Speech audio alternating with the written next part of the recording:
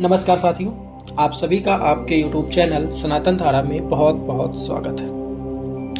पिछली वीडियो में हमने लाल किताब के 11th हाउस के बारे में विस्तार पूर्वक जाना, जो कि हमारी इच्छा पूर्ति, लाभ और हानि का बताया गया है। यदि 11th हाउस में कोई अच्छा ग्रह हो तो हमें अच्छा लाभ होता है, हमारी इच्छाएं पूर्ण होती हैं इत्यादि। आज की वीडियो में हम लाल किताब के 12th हाउस के बारे में विस्तार पूर्वक जानेंगे। लाल किताब के अनुसार 12th हाउस हमारा व्यय यानी खर्चे का भाव, मोक्ष का भाव, प्राणायता, हानि, विदेश, एकांत, अवचेतन मन, आध्यात्मिक उन्नति का संकेत देता है।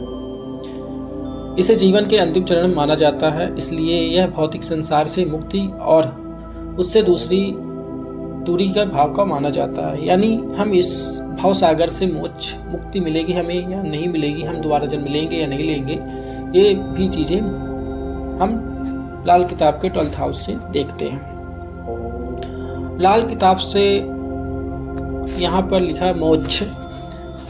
लाल किताब जैसे मैंने बोला कि 12th हाउस से हम मोक्ष देखते हैं, यानी यहाँ से हम देखते हैं कि हमें इस जीवन में मोक्ष मिलेगा। हम ध्यान साधनाएं कर सकते हैं या नहीं कर सकते, योग साधनाएं, भक्ति मार्ग, पिछले जन्म का फल परिपूर्ण होकर के हमें मोक्ष देगा या नहीं देगा, ये सब चीज़ें। सैन सुख, भोग विलास यानी बेड कंफर्ट, रात्रि के सुख हमें मिलेंगे, रात में हमें नींद आएगी कि नहीं आएगी, या फिर हम टेंशन में रहेंगे, ये सब चीज़ें हम 12th हाउस से देखते हैं। खर्च, व्यय, कर्ज, हानि।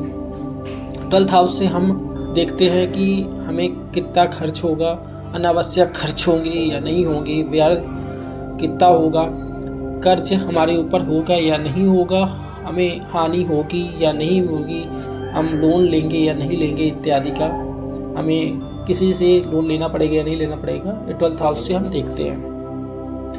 विदेश यात्रा, यदि 12th हाउस अच्छा हो तो जातक को विदेश में नौकरी मिल सकती है, विदेश में बसना हो सकता है, या विदेश में यात्रा के लिए हम 12th हाउस को देखते हैं। वर्क इम्प्लीमेंटेशन, यानी हम देखते हैं 12th हाउस से कि जातक ने जो सोच रखा है, जो प्लानिंग कर रखी है, उसको इम्प्लीमेंट करेगा या नहीं करेगा, ये सब चीज़ें हम 12th हाउस से देखते हैं।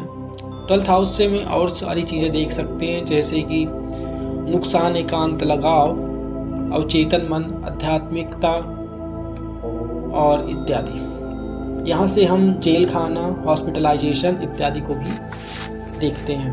यानी जिसका 12th हाउस अच्छा है उसे मोक्ष तक प्राप्त हो सकता है, और जिसका खराब स्थिति में हो उसे हॉस्पिटलाइजेशन और जेल खाना तक की स्थिति बन सकती है। 12th हाउस में गुरुदेव बृहस्पति मालिक माना गया है और राहु को कारक ग्रह माना गया है। यहाँ पर केतु और शुक्र ग्रह उच्च के माने गए हैं और राहु और बुध को नीच का ग्रह माना गया है। यानी यदि यहाँ पर केतु और शुक्र उच्च के होते हैं, यदि यहाँ पर शुक्र केतु अच्छी सोच, जो हमारी केतु होता है आध्यात्मिकता का को दिखाता है, अच्छी सोच को दिखाता है, लीडरशिप को दिखाता है तथा एकांत भाव को भी दिखाता है, परंतु यहाँ पर शुक्र उच्च का होने पर अय्यास बना देता है। और जैसे जातक के पास सब कुछ होता है और अय्यास भी होता है जातक, और जातक के पास लौकिक और परालौकिक सारे सुख होते हैं। यानी यदि यहाँ पर 12th हाउस में शुक्र और केतु दोनों हों तो जातक के पास लौकिक और परालौकिक सुख दोनों होते हैं। केतु यानी ज्ञान होता है, जिसके पास ज्ञान हो जाता है वह जीवन को या इस संसारिक मोह माया को नश्वर मान लेता है, उसके लिए सब कुछ नश्वर हो जाता है, उसमें वो सब नहीं ध्यान देता। ऐसे में जातक सारे ज्ञान को जानता है, परंतु बंद कमरे में चोर होता है, दिखा नहीं पाता। वह केतु वाला जो हाई लेवल का योगी होता है उसे हम भी अपने जीवन में नहीं देख पाते। बहुत ही कम लोग होते हैं जो ऐसे लोगों को देख पाते हैं जो उच्च स्थिति में पहुंच जाते हैं, यानी वो दिखावा करने से बचता है। यदि 12th हाउस में शुक्र और केतु साथ में हो तो जातक को चाहे जितना अच्छा ज्ञान हो, केतु के बल पर जातक को कितना भी अच्छा ज्ञान हो, जातक कितनी भी सिद्धियां प्राप्त कर ले, परंतु वह अय्यास होता है शुक्र के कारण। यदि ऐसा नहीं हुआ तो वह गरीब स्थिति में होगा। 12th हाउस में बुध को ग्रह को नीच का ग्रह माना गया है। यानी यदि बुध 12th हाउस में हो तो जातक को की वाणी कठोर होती है, तथा यदि यहाँ पे राहु हो तो सोच अशुभ हो जाती है। ऐसे में अब हम लाल किताब के अनुसार 12th हाउस को समझने की कोशिश करते हैं। किताब में लिखा है, इंसाफ मगर न्याय करने की जगह नहीं, आराम गाह ख्वाब अवस्था इंसान का सर। यानी इंसाफ मतलब न्याय, मगर न्याय करने की जगह नहीं मतलब न्यायालय नहीं। 12th हाउस को न्यायालय नहीं कर सकते, मतलब इंसान न्यायालय नहीं माना जाता है, परंतु न्याय माना जाता है। उसके साथ न्याय होगा या नहीं होगा। आराम गाह यानी कि रेस्ट करने की जगह, आराम करने की जगह। ख्वाब अवस्था सुसुप्त अवस्था में तो अधूरी नींद। इंसान का सर यानी सोचने समझने की शक्ति। फिर लिखा है लाल किताब में, घर 12 में ग्रह जो बोले, घर तो में वो बोलता है, फल घर 12 दो का इकट्ठा साधु समाजी होता है। यानी 12th हाउस में जब कोई ग्रह नहीं होता है तो वह 2nd हाउस के अनुसार फल देता है। यानी यदि 12th हाउस में कोई भी ग्रह ना हो तो वह 2nd हाउस में कोई ग्रह हो तो 2nd हाउस के अनुसार उसका फल होगा। 12th हाउस का जो भी फल होगा 2nd हाउस के हिसाब से ही होगा। फल घर दोबारा दो का इकट्ठा साधु समाजी होता है।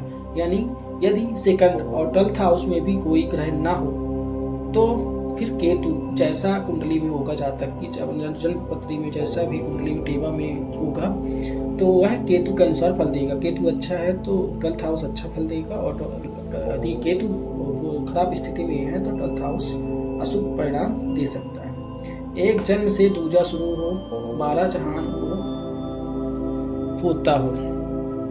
यानी इसमें लिखा है कि जब 12th हाउस का ग्रह शुभ हो या अशुभ, लग्न में बैठे ग्रह के अनुसार उसका फल मिलता है। यानी एक जन्म से दूजा शुरू हो, 12 जहान दो होता हो। यानी 12th हाउस का फल जब 1st हाउस के ग्रह की का समय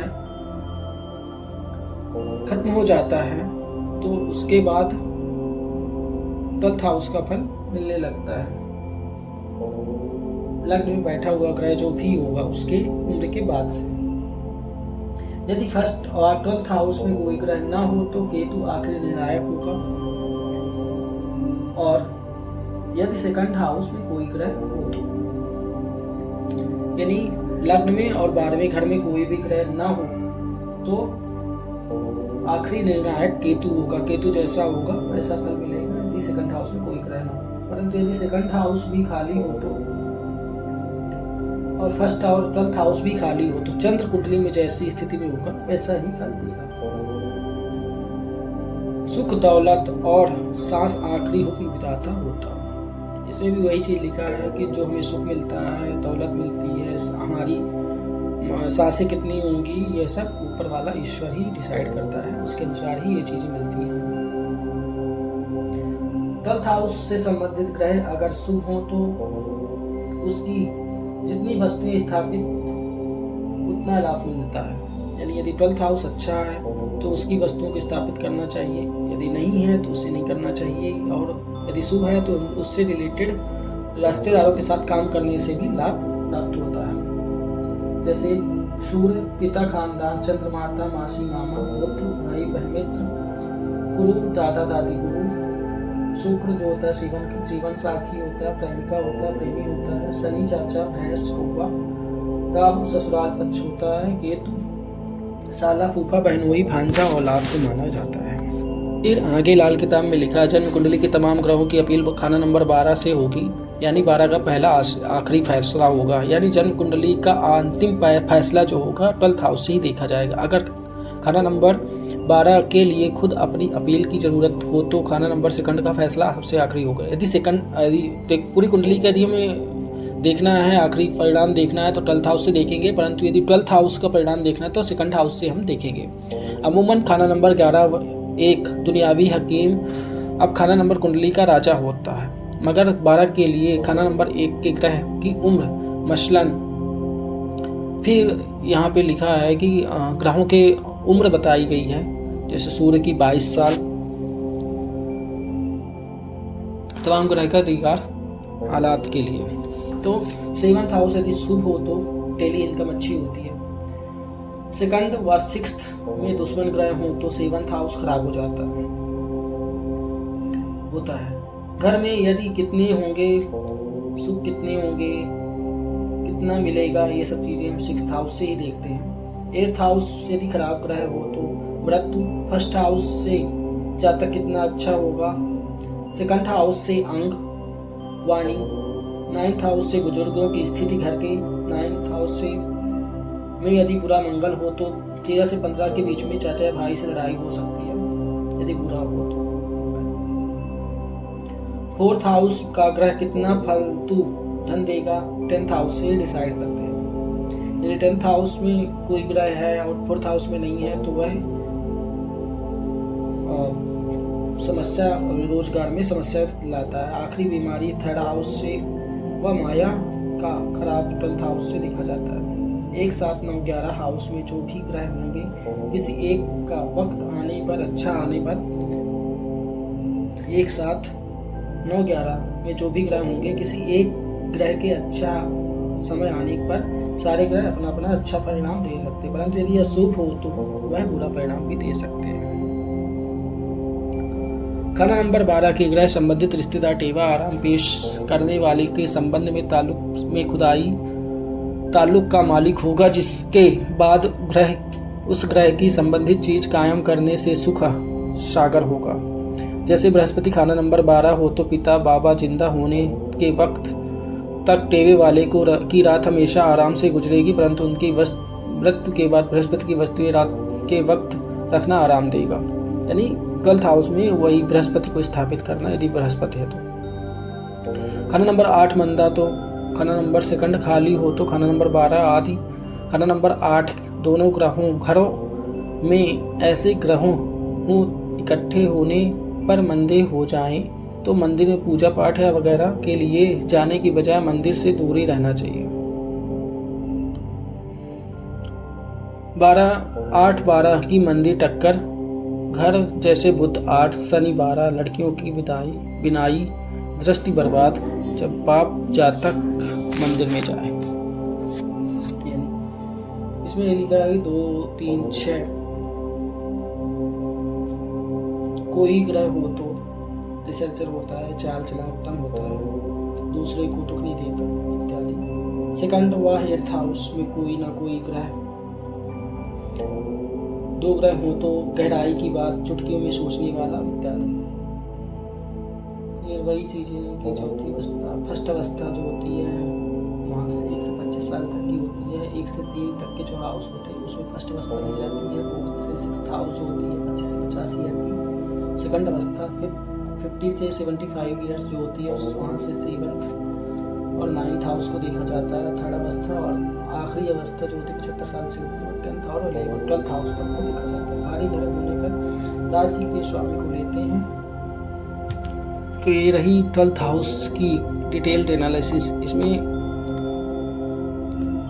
मुख्य यही कहा गया है कि 12th हाउस में यदि कोई अच्छा ग्रह होगा तो अच्छे परिणाम मिलेंगे। यदि 12th हाउस का परिणाम देखना है वहाँ पर कोई ग्रह नहीं है तो 2nd हाउस से हम देख सकते हैं, परंतु आखिरी फैसला 12th हाउस से ही देखा जाता है। ये रहा आज की वीडियो को हम यहीं पे संपन्न करते हैं। 12th हाउस के बारे में डिटेल एनालिसिस आज की वीडियो को हम यहीं पे संपन्न करते हैं। आप सभी का यहाँ तक जुड़ने के लिए बहुत बहुत धन्यवाद। जय माता दी।